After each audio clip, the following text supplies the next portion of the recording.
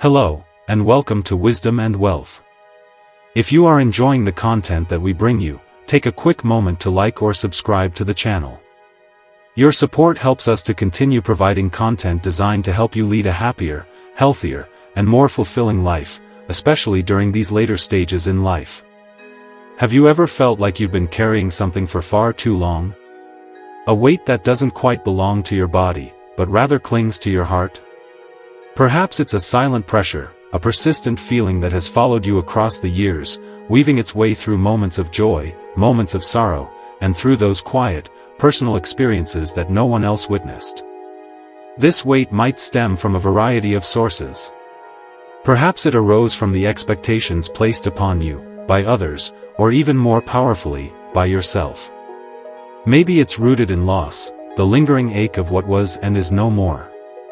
Or perhaps it comes from that innate human desire to hold everything together, to be the anchor for everyone else in your life, often at your own expense. And maybe, just maybe, you've started to wonder, is this stress truly mine? Or have I mistakenly taken it on as a burden I must carry, a responsibility that isn't actually mine to bear? In this quiet hour, in this moment we're sharing, let's pause together. Not to frantically search for solutions, not to rush towards a quick fix or a predetermined destination. Let's simply allow ourselves to listen. To listen to the stories that life has etched into our hearts, to the stillness that resides within, waiting patiently to be acknowledged. Let's listen to a truth that has been waiting inside you all along, a truth that is uniquely yours. Because sometimes, the most profound and transformative act of healing we can undertake is to stop running. To cease the relentless pursuit of external validation or the endless chase after fleeting happiness. Instead, let's come home to ourselves. In the stillness of your heart, in the quiet sanctuary within, there exists a place untouched by the worries that plague our days. A place unburdened by the weight of the past and gloriously free from the anxieties of tomorrow. But most of us forget that it's there. Life, with its endless demands and its subtle, yet persistent pressures, relentlessly pulls us outward. Toward noise, toward speed, toward the illusion of control. Like a river carrying fallen leaves, it sweeps the mind into restlessness, and before long, we begin to believe that this tension, this constant state of anxiety, is an intrinsic part of who we are. We become convinced that stress is simply our identity. But here's the truth, stress is not yours. It's more like a heavy coat, one that someone handed you long ago, perhaps without your conscious consent.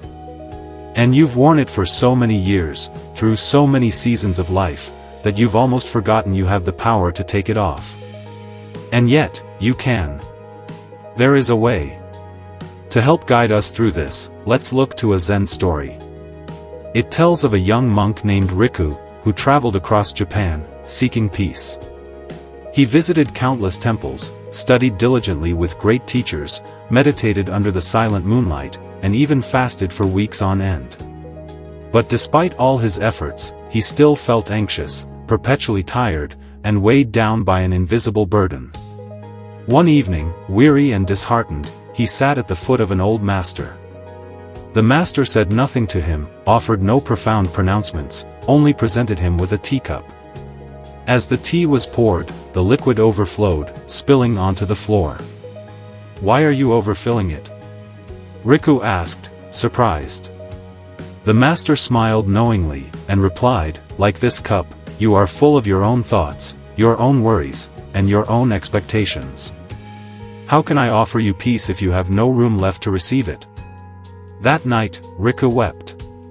But not from sorrow or despair. He wept from a profound moment of recognition. He realized, with startling clarity, that he had been carrying the entire world inside his head. Trying to fix everything, understand everything, become everything all at once.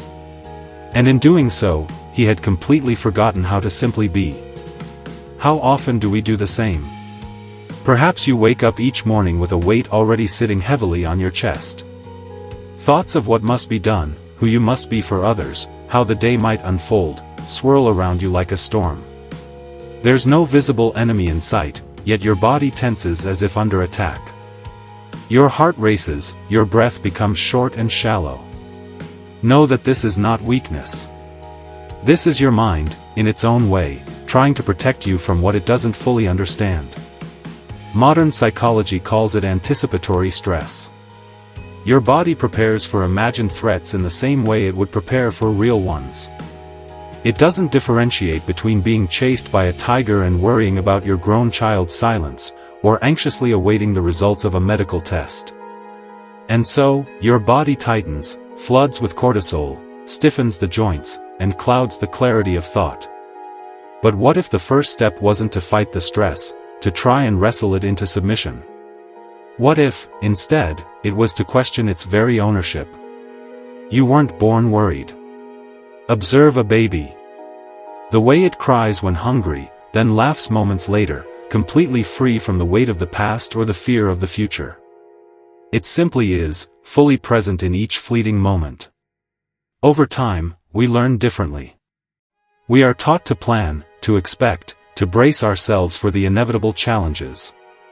We begin to believe that worrying makes us responsible, that stress is a badge of care, a visible symbol of our dedication. But this, too, is learned. And what is learned can be unlearned. The Buddha taught that suffering arises from clinging, from grasping at things as if they are solid and permanent when, in reality, they are not. Our thoughts, our worries, our fears, they arise, they linger for a time, and then they pass, like clouds across a sky that was never theirs to own. A man once approached the Buddha, trembling with distress. "My life is full of problems," he said, his voice choked with emotion. "I want peace." The Buddha nodded, listening with unwavering compassion. "Everyone has 83 problems," he replied, gently. "Death, illness, aging, separation from those we love." But then he added, "I can teach you about the 84th problem." The man blinked, confused. "What is that?" The Buddha smiled gently and said, "Wanting not to have any problems. It is not that life must be entirely without stress for peace to arise. It is that peace arises when you stop resisting what cannot be controlled. So, consider this: what if you are not your stress? What if the tightness in your chest, the racing thoughts, the knot in your stomach, what if they are merely visitors, not permanent residents? What if your true self is the spacious home that holds them gently, without becoming them? You are not the weather. You are the sky. Sometimes that sky darkens with worry, but even then, it remains untouched at its core, calm, vast, and quiet. You do not have to solve everything today. You do not have to carry what was never yours to hold. Begin instead with a breath. Just one. And let it be full. Let it remind you that, in this moment, nothing more is asked of you. Imagine an autumn leaf drifting through the air. Spinning slowly, weightless, with nowhere to be. It does not resist the breeze, nor cling desperately to the branch from which it fell. It simply surrenders to the natural movement of life. This is not weakness. It is grace. And in this quiet surrender, there is a wisdom we have long forgotten. Here at Wisdom and Wealth, we are dedicated to helping you on the path to grace and wisdom. If you are enjoying the content that we bring you, take a quick moment to like or subscribe to the channel. Now, let's continue on. The human mind, especially in the later years of life, often becomes a kind of collector. Not of tangible things, but of tensions, accumulated regrets, unspoken words, and old worries replayed like a worn record. As the years pass, we are often taught, implicitly or explicitly, to carry more.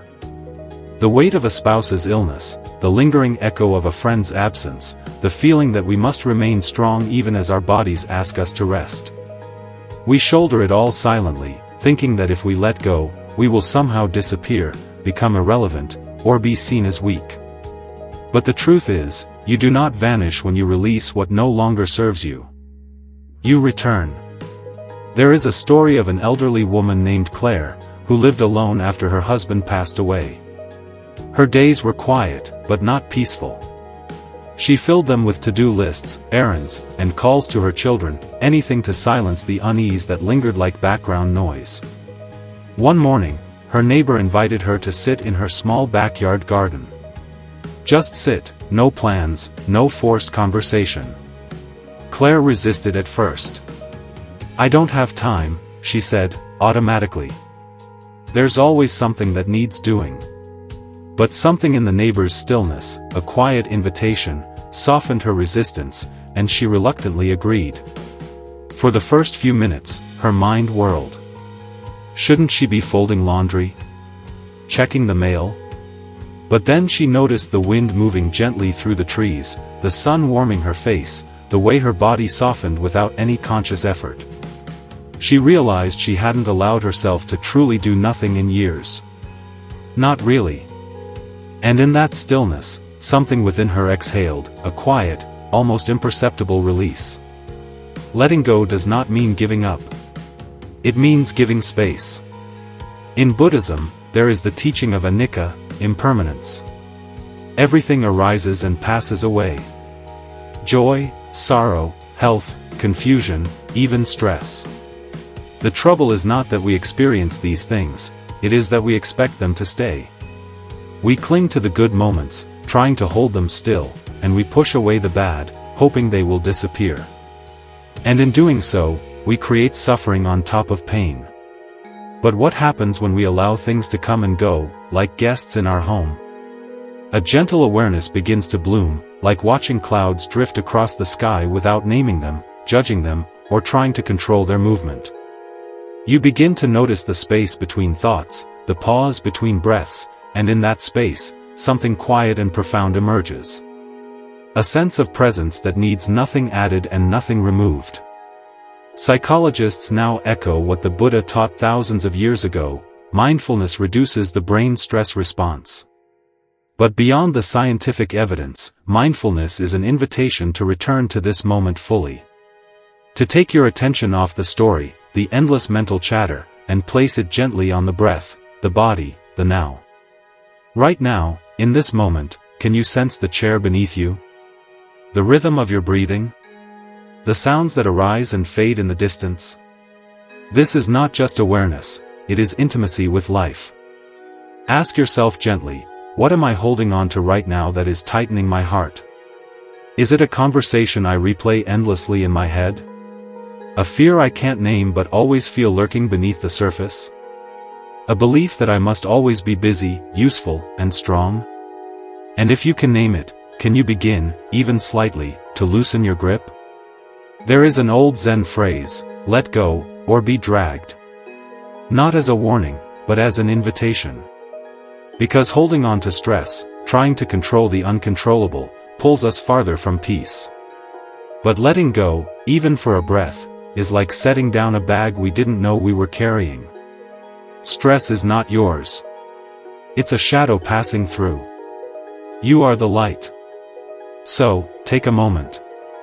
Breathe in slowly, let it rise like a tide, and as you exhale, imagine it carrying away just one small worry.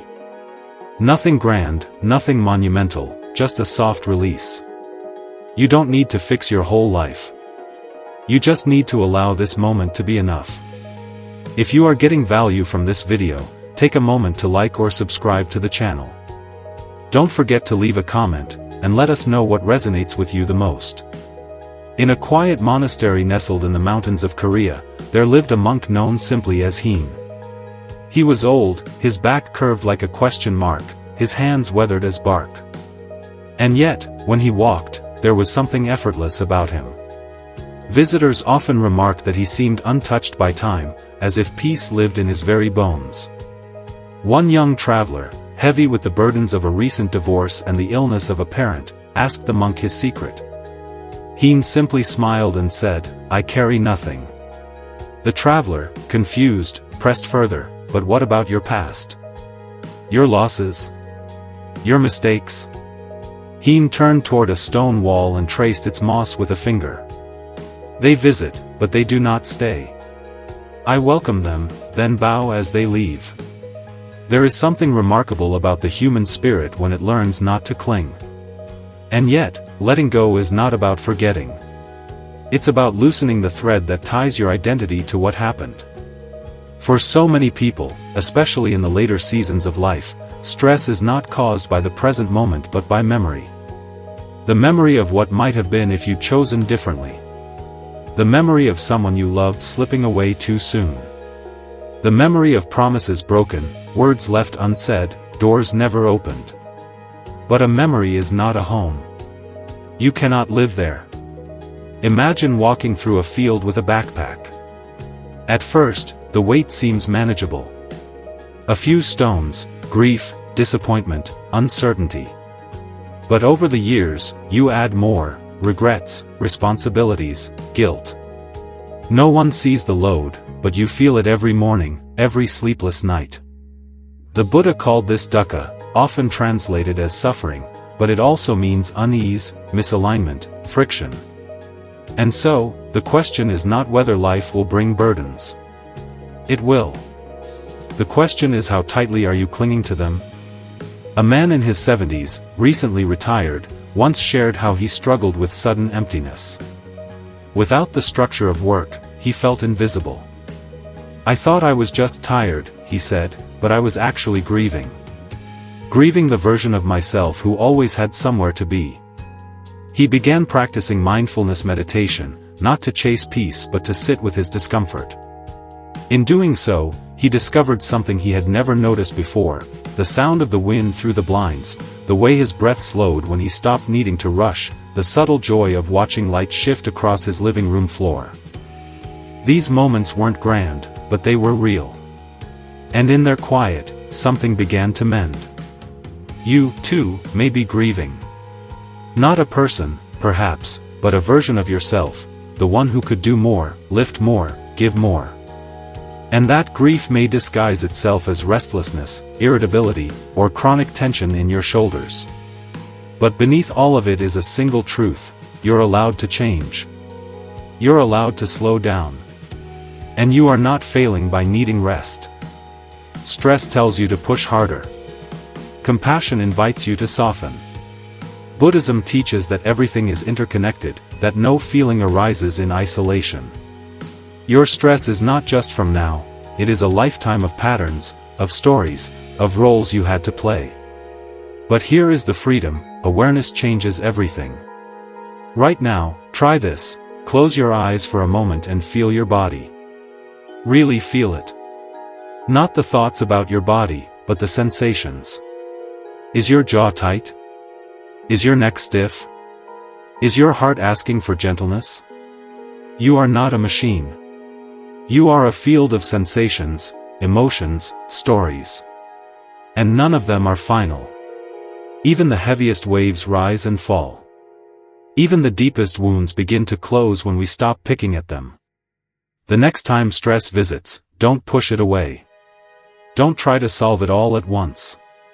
Instead, meet it like an old friend who's forgotten how to leave politely. Sit with it. Listen. Breathe. Then gently, kindly, show it the door. Because this life is short but spacious. It is chaotic but also filled with tiny doorways into peace. Sometimes, all it takes is the willingness to stop running, turn toward your inner landscape, and say, I don't need to carry this anymore. In the hush between moments, where nothing is demanded, and no one is watching, something tender begins to awaken. A quiet recognition that you were never meant to live under pressure. Like a bird who has forgotten it can fly, we often confine ourselves to invisible cages made of worry, duty, and unspoken grief. But the door is open. It always has been. There is a parable from the Buddha's time, of a man wounded by a poisoned arrow. As others rushed to remove it, he insisted on knowing who shot it, what caste the archer belonged to, what kind of wood the arrow was made from, what direction it had come from. The Buddha said, if he does not remove the arrow until all his questions are answered, he will die. So many of us live like that man. We want to know why life happened the way it did, why they left, why the illness came, why the apology never arrived. And while the mind searches for answers, the heart continues to bleed. Stress, in this light, is not just a feeling, it is the refusal to allow life to be what it already is. If you are continuing to find value in this video, take a moment to like or subscribe to the channel. Your support means that we can bring you more valuable content on the path to wisdom and wealth. There was a woman named Janet, 68 years old, who visited a mindfulness retreat after her third cancer treatment. She had always been the caretaker, for her husband, her children, her aging parents. Her hands, her time, her attention always given away. But now, faced with her own fragility, she felt hollowed out. Not angry, just empty. "I don't know who I am without something to manage," she admitted. One afternoon, one of the retreat teachers, a monk named Thay Min, invited her to sit beside a willow tree. He pointed to a single branch. "See how it bends," he said. "It doesn't resist the wind. That's how it survives the storm." Then he added, "Can you let yourself bend instead of break?" Janet wept. It was the first time anyone had told her she could stop being strong, that she could lean, that she could, for once, allow herself to receive instead of give. Let that idea sink in. You do not have to be strong all the time. You do not have to carry the whole family, the past, or the future on your shoulders. You are allowed to soften. You are allowed to be held by the earth beneath your feet, by the breath that carries you, by the quiet knowing that even now, you are enough. Karma, as often misunderstood in the West, is not punishment. It is cause and effect. It is the ripple that follows the stone. Your stress has ripples too. Not just in your health, but in the way you speak, the way you love, the way you see the world. But here is the gift: a gentle breath can send out a different ripple. The act of pausing, breathing, letting go. It is not passive, it is a powerful shift in your karma. It interrupts the habitual cycle and plants the seed of a new one. When you respond with presence instead of panic, with compassion instead of control, the ripple changes, and so does the world you inhabit. You don't have to wait for peace to find you in some distant future. It is here, in the small act of remembering that your worth is not measured by what you achieve, solve, or endure. Ask yourself now, who would I be without the belief that I must always hold it together? What might it feel like to trust that I am safe, even when I don't have all the answers? Picture this: a river that has flowed for decades, cutting through rocks, tumbling over falls, and then one day, it reaches a wide, calm lake. The movement slows, the turbulence settles, and the water mirrors the sky. Nothing is lost in this stillness. In fact, everything is revealed. This is what happens when stress is released, when we stop trying to be the river and become the lake. You are not what has happened to you. You are not the tension in your back or the voice in your head. You are not even your thoughts. You are the space through which all these things pass. And that space, when seen clearly, is vast, luminous, and untouched by the chaos of the world. In the golden hour of a late summer afternoon, an old man sat quietly on his porch, his wrinkled hands wrapped around a cup of tea. His dog lay sleeping at his feet. A neighbor, half his age, passed by and asked, "Don't you get bored sitting there day after day, doing nothing?" The old man smiled softly and replied, "I'm not doing nothing. I'm learning to enjoy my own company." There is a deep wisdom in that stillness, a kind of healing that does not come from fixing or achieving but from gently being with oneself without judgment. For many older adults, this can feel like unfamiliar territory. After decades of roles, parent, partner, worker, provider, what remains when the roles are gone? Who are you when the world no longer needs you to perform? The answer lies not in doing more but in seeing differently. Stress, particularly in the later chapters of life, often arises not from external demands but from internal expectations. We think we should feel more fulfilled by now, we should have more answers, we shouldn't be lonely. And in that gap between expectation and reality, suffering takes root. But Buddhist philosophy offers another way, the path of suchness. Suchness means allowing life to be exactly as it is. This breath, this body, this feeling, without the need to improve or resist it. It is the radical acceptance of the moment, not as resignation but as reverence. Think of a withered tree in winter. It does not mourn its leaves, nor chase after spring. It stands bare and silent, trusting the cycle of life. This is suchness, and it is a doorway into deep peace. Please take another moment to like or subscribe to this channel. There was a man named Leonard, a retired school principal, who had lost his wife of 40 years. In the months after her passing, he filled his calendar with appointments, volunteer work, and social events. Keeping busy, he said, keeps the sadness away. But at night, the grief returned, quiet but relentless, like a cold draft under the door. He began attending a meditation group, reluctantly at first. One evening, the teacher spoke about being with what is. Leonard scoffed. "What good is sitting with sadness?" he asked. The teacher looked at him gently and said, "Because sadness, when held with kindness, becomes something else. It becomes tenderness. And tenderness is not pain, it is love remembered." That night, Leonard went home and sat in his living room without distraction. No music, no news, no phone, just the photo of his wife on the mantel, the sound of the clock ticking. He let the tears come, not to drown him but to wash him clean. For the first time in months, he felt close to her again, not through memory but through presence. Grief, too, is not something to escape, it is a natural response to love. And when we stop resisting it, when we let ourselves feel fully without trying to fix it, it transforms. This is the invitation of mindfulness. Not to escape discomfort, but to meet it with open eyes and a steady heart. Can you begin to sit with your own discomfort, even for a moment? Not to analyze it, but to feel it. Not to solve it, but to soften around it. The mind might say, "I can't," but the breath says, "Try." And each breath is a teacher, rising, falling, returning. No judgment, no rush. You do not have to be fearless, you only have to be honest. Right now, this very moment, can you sense even a flicker of stillness within you? It might be small, just a quiet pause between thoughts, a softening in the belly, a whisper of relief. That is enough. That is the beginning. Let yourself rest in it. Let the noise fade. You are not falling behind. You are not broken. You are simply returning. Returning to the self that has always been here, patiently waiting beneath the layers of worry, regret, and trying. You are the tea, not the teacup. The sky, not the weather.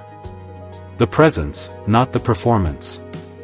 There is an old Japanese concept called wabi-sabi. A quiet beauty found in imperfection and transience. A cracked bowl mended with gold. A weathered bench beneath a tree. The worn lines on an elder's face. These are not flaws, they are proof that life has been lived, that time has passed through gently, leaving behind traces of something sacred. In a world that constantly urges us to be more productive, more youthful, more in control, wabi-sabi teaches the opposite. Be less. Let yourself fade a little. Let things be incomplete. Let life as it is be enough. For many older adults, especially in Western culture, aging is framed as decline. You hear it in commercials, in waiting rooms, in glances that last a second too long. But Buddhist philosophy sees aging not as a falling away but as a deepening. Like an autumn tree turning gold, or a well-worn book whose spine tells the story of how often it was opened. In your later years, you are not disappearing, you are ripening. This truth is often hidden beneath the surface of daily stress, the appointments, medications, financial concerns, the ache of watching loved ones move on or fade away. But if you pause, even briefly, you'll see another current flowing beneath it all. The desire for peace. Not excitement, not conquest, just peace. And peace is not found in solving life, it is found in surrendering to it. There's a story of a Zen nun named Shirono, who spent years meditating, seeking enlightenment with great diligence. One night, while carrying water in an old bamboo bucket, the bottom suddenly broke. The moon's reflection on the water vanished, and in that instant, she awakened. She wrote, "In this way and that, I tried to save the old pail, since the bamboo strip was weakening and about to break, until at last the bottom fell out. No more water in the pail. No more moon in the water." Sometimes we try so hard to hold everything together, to repair the cracks, to manage appearances. But real freedom comes when the bottom falls out, and we realize that what we were chasing wasn't the moon at all but our own reflection. Stress, then, is often the effort to hold the unholdable, to keep the bucket full even as time weathers the bamboo. But what if the breaking is not the end? What if it's the beginning? Have you ever noticed that your deepest moments of clarity often come not during triumphs but in the quiet after something has fallen apart? Perhaps it was after your retirement, when the noise finally stopped, and the silence became its own kind of mirror. Perhaps it was after a diagnosis, when everything trivial fell away, and only the essentials remained. Perhaps it was in the stillness of your home, where the echoes of children long grown linger like ghosts, asking nothing of you but remembrance. These moments are not empty, they are full with insight, with softness, with truth. Stress loses its grip when we stop trying to outrun the reality of change. So, ask yourself now, where in your life are you still trying to fix the bucket? What would happen if you allowed it to break and watched what light comes in? Even now, in this moment, there is nothing you must do. Nothing you must change. You are not an unfinished project. You are not behind. You are a sacred process unfolding at your own pace, in your own season. Let your shoulders drop. Let your breath deepen. Let your mind know it is safe to rest. You do not have to explain yourself to anyone.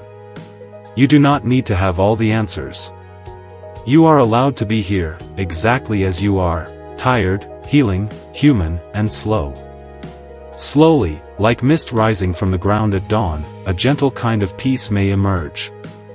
Not loud, not dramatic, just a knowing, a soft voice inside whispering, "I'm okay. I don't need to hold this anymore. I am allowed to let go." In the quiet spaces we so often overlook, early morning light through the blinds, the soft sound of your own breath, the familiar weight of your hands resting in your lap, life whispers truths that busy minds cannot hear. One of those truths is this: nothing lasts, and nothing is truly lost. Not love, not presence, not you. To a mind trained to plan, to control, and to anticipate, impermanence can feel like a threat. How do you make peace with the reality that everything you hold dear will eventually change? Your body, your home, the people you love, the rhythm of your days. It seems easier to brace against that truth than to let it in. And yet, impermanence is not a curse, it is a gift. It is what makes everything precious. Think of a sunset. Part of what makes it breathtaking is the fact that it doesn't last. You don't demand it to stay, you simply watch in awe as it unfolds. You pause, you soften, you let it move you, and then you let it go. What if we could learn to hold our lives the same way? There is a story from the Thai forest tradition, of a monk who kept a cracked drinking cup. When asked why he didn't replace it, he smiled and said, "To remind myself that it's already broken." He didn't mean that in a morbid way, on the contrary, it allowed him to cherish the cup more fully. Each time he drank from it, he was present, grateful, aware of its briefness. He knew the moment would not last, and so he truly lived in it. This is the strange beauty of Buddhist wisdom. It doesn't hide from reality, it kneels beside it and offers a deeper view. In the West, we are taught to fear aging and loss, but the Dharma teaches us to reframe those experiences as thresholds, not endings. Each wrinkle, each farewell, each moment of stillness is not just a loss but a doorway to deeper compassion. Think about it, hasn't your pain made you more tender? Hasn't loss taught you what matters most? Hasn't age offered you a clarity that youth could never understand? You are not falling apart, you are falling into place. And still the mind clings. It clings to should have, if only, not yet. It replays conversations that are long over, tries to rewrite the past, or projects fear into a future that hasn't arrived. This clinging, more than anything, is the root of stress. Not the situations themselves, but the tight grasping around them. But grasping is a habit, not a destiny. The next time your mind begins to spiral, pause and place your hand gently over your heart. Feel its rhythm. It does not rush. It does not demand. It simply beats, moment by moment, as it has for years, through joy, through grief, through every forgotten Tuesday afternoon. It has never asked you to be anything other than alive. Now ask yourself quietly, what would it feel like to trust this moment? Not tomorrow, not some future version of yourself, just now. You may discover something surprising, that beneath the noise, beneath the grasping, there is already a peace waiting to be noticed, a stillness that doesn't need to be earned, a freedom that does not come from changing your life but from changing how you meet it. Aging then becomes not a decline but a deepening into presence. And stress, it becomes an invitation. Not to control more, but to release more. To soften your grip, to open your hands, to let this breath come and go, and trust that another will follow. You are not a task to complete. You are a song being sung. A leaf riding the wind. A flame dancing gently in the dark. And you are already whole. So, when stress knocks, as it surely will, meet it with eyes wide open. Say, I see you. I welcome you. But I do not belong to you. Let it pass like weather. And in its place, let something quieter arise, presence, grace, peace. In the closing pages of a long and beautiful life, there is a hush. Not silence, exactly, but a softening. The questions that once consumed us, am I enough? Did I do it right? What comes next? Begin to lose their sharpness. They blur, like ink on paper left out in the rain. And in their place comes something unexpected, gentleness. It is here in this gentleness that the deepest truths become visible. You see it in the way the body asks to move slower now. In the way memories visit, not to haunt but to remind. In the way a simple morning can feel like a gift, even if nothing special happens. You begin to realize that healing was never about going back, it was about arriving fully and kindly into this moment, just as it is. There is a story told in Zen circles, about a master named Rakan, a wandering poet and monk. He lived simply, writing verses, caring for children in the village, bowing to the moon. One night, a thief broke into his little hut, only to find there was nothing to steal. Rakan returned home, caught the man in the act, and said gently, "You have come so far to visit me, and yet you will leave with nothing. Please, take the moon too." The thief stood bewildered as Rakan sat outside gazing at the sky. This story, often told with a smile, carries a deep truth. When we have released our attachments, when we no longer define ourselves by what we own, control, or fix, then no one and nothing can truly take anything from us. Stress, at its core, is the fear of loss. But once you understand impermanence, not as something to dread but as the natural rhythm of existence, that fear begins to soften. You see that you are not separate from the seasons, the tides, the stars slowly moving across the sky. You are part of it all. And what comes will go. What goes may come again. And so, the final lesson is not how to get rid of stress but how to meet it with a mind that does not cling and a heart that does not close.